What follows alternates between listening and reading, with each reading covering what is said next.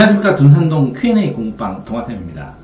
지금 질문을 하셨는데 이제 다른 분들도 굉장히 이렇게 유사한 질문을 많이 하기 때문에 답변해 드립니다.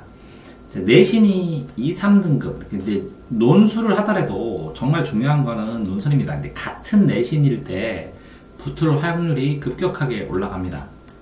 같은 내신일 때 여러 가지가 이유가 있지만, 근데 이제 내신이 한 등급 정도 낮더라도 도전해 볼 가능성은 있습니다. 그래서 내신이 같을 때는, 이렇게 내신이 좋을 때는 이 정도면 충분히 경희대 스포츠학과 논술 보는데 가능해 보이거든요.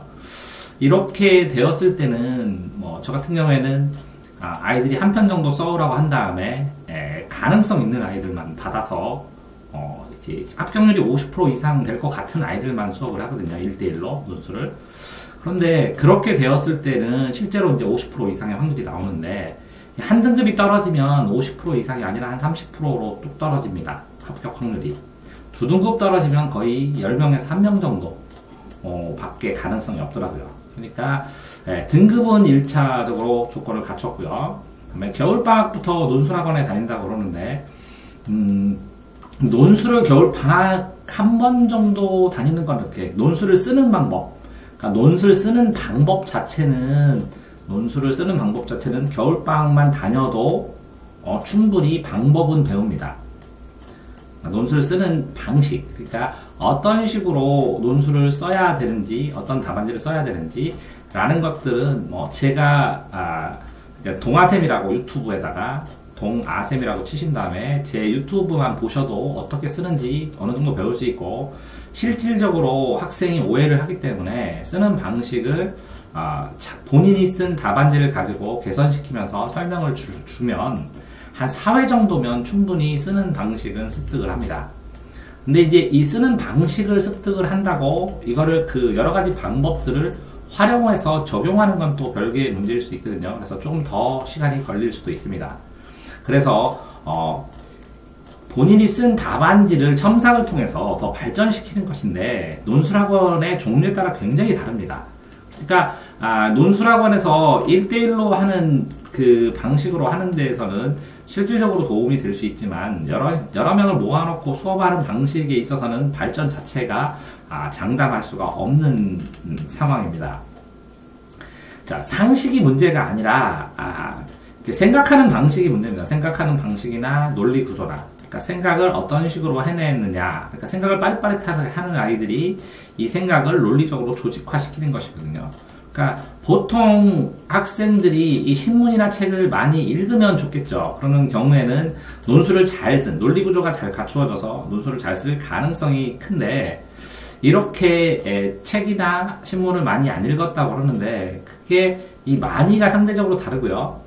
그 다음에 그 많이가 상대적으로 다르면서 이 초등학교 때나 중학교 때 어떤 책을 읽고 어떤 생각을 하고 하는 이 많이라는 것의 상대성과, 그리고 책 읽는 거 말고 생각하고 이런 방식들까지도 다 연관이 있거든요. 그런데 이 스포츠 의학과라는 것 자체가 어쨌든 그 논술과 관련성을 봤을 때 논술을 잘 쓰는 학생들이 많아 보이는 과는 아니거든요. 그렇기 때문에 도전하는 거는 나쁘지 않다고 생각을 합니다. 자, 정리를 하면 첫 번째로 내신은 가능하십니다. 내신은 가능하시고, 내신 등급은.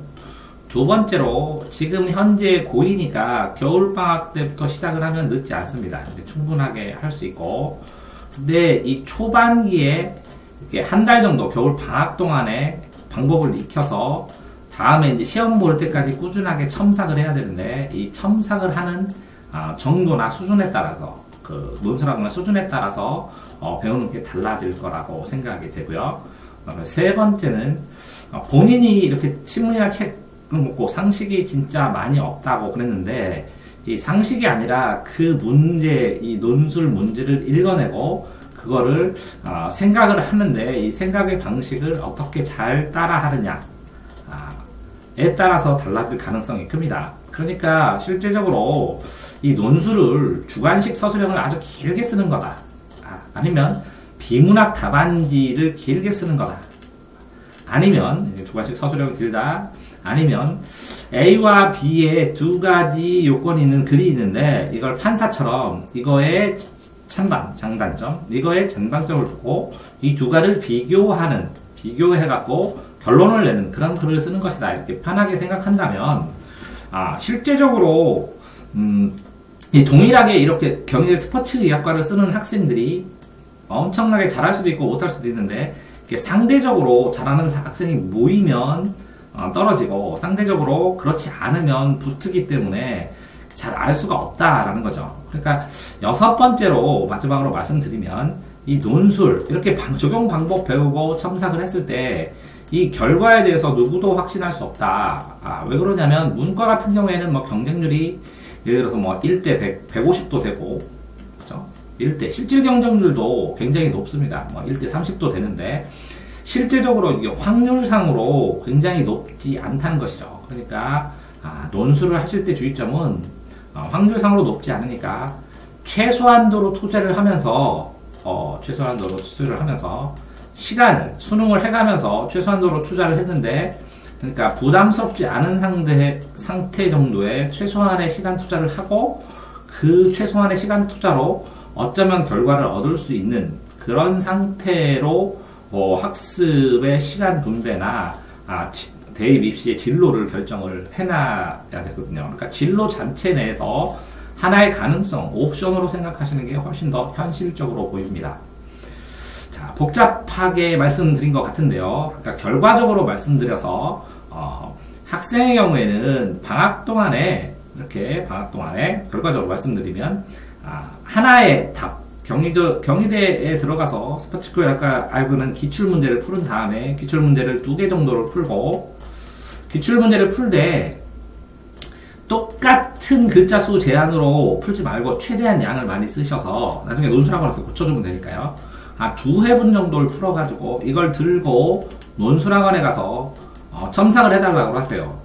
첨삭을 해주는 걸 보고 마음에 드는 논술학원을 다녀서 가능성을 물어보고 첨삭을 해달라고 하고 그걸 읽어본 다음에 본인이 마음에 들어야 되고 첫 번째는 두 번째는 그 학원에서 가능하다고 하는지를 들어보고 몇 %나 그런 다음에 결정을 하셔도 늦지 않을 것 같습니다. 논술을 일반적으로 진행하는 학생들을 기준으로 말씀드렸습니다.